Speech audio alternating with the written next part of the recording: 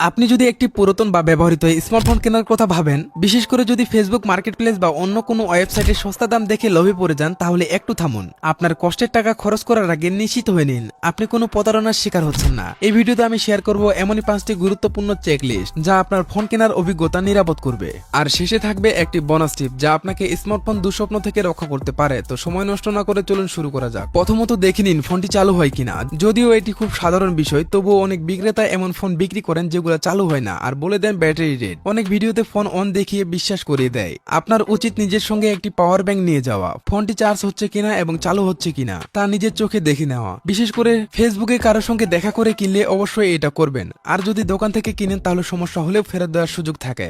দ্বিতীয়ত, ফোনের physical condition check করুন। ব্যবহৃত ফোন হালকা স্ক্র্যাচ থাকাটা স্বাভাবিক, তবে যদি ফোনটা দেখে মনে হয় ব্লেন্ডারে পড়ে গেছে তাহলে সেটা এড়িয়ে চলুন। ফোনের কেস থাকলে খুলে ফেলুন এবং একটি সমতল জায়গায় রেখে দেখুন ফোনটি বাঁকা কিনা। বাঁকা হলে বুঝবেন ব্যাটারি ফুলে গেছে। ক্যামেরা লেন্স চেক করুন, স্ক্র্যাচ বা ফাটল আছে কিনা। ক্যামেরা অ্যাপ খুলে ছবি তুলুন, ছবি ঝাপসা হলে বুঝবেন সমস্যা আছে। ওয়াইফাই, ব্লুটুথ, জিপিএস এসব ঠিকঠাক কাজ করছে কিনা। তৃতীয়ত, লক ও ব্লক অবস্থায় যাচাই করুন। ফোন অন করার পর যদি পাসওয়ার্ড চাই আর বিক্রেতা যদি না দিতে পারে তাহলে ফোনটি চুরাই হতে পারে।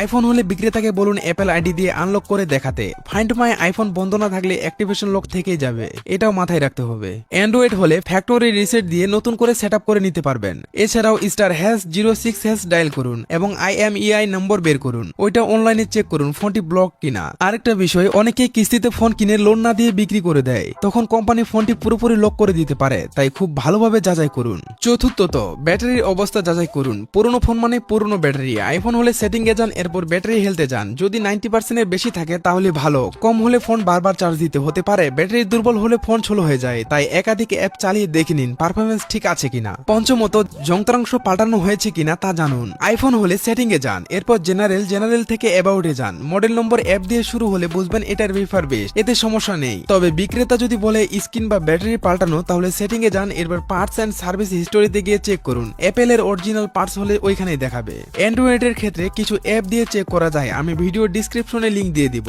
বোনাস টিপ, ডিসক্রিপশনে হোয়াটসঅ্যাপ গ্রুপ লিংক দেওয়া আছে, সেখানে গেলেই বুঝতে পারবা তোমাদের জন্য কি বোনাস টিপ রয়েছে। এই ছিল পুরনো ফোন কেনার আগে মাথায় রাখার মতো 5টি জরুরি টিপস এবং একটি বোনাস পয়েন্ট। আপনার কি কখনো এমন অভিজ্ঞতা হয়েছে যেখানে ব্যবহৃত ফোন কিনে বিপদে পড়েছেন? কমেন্টে জানাতে ভুলবেন না। ভিডিওটি ভালো লাগলে লাইক করে চ্যানেলটি সাবস্ক্রাইব করে ফেলুন। আবার দেখা হবে পরবর্তী ভিডিওতে।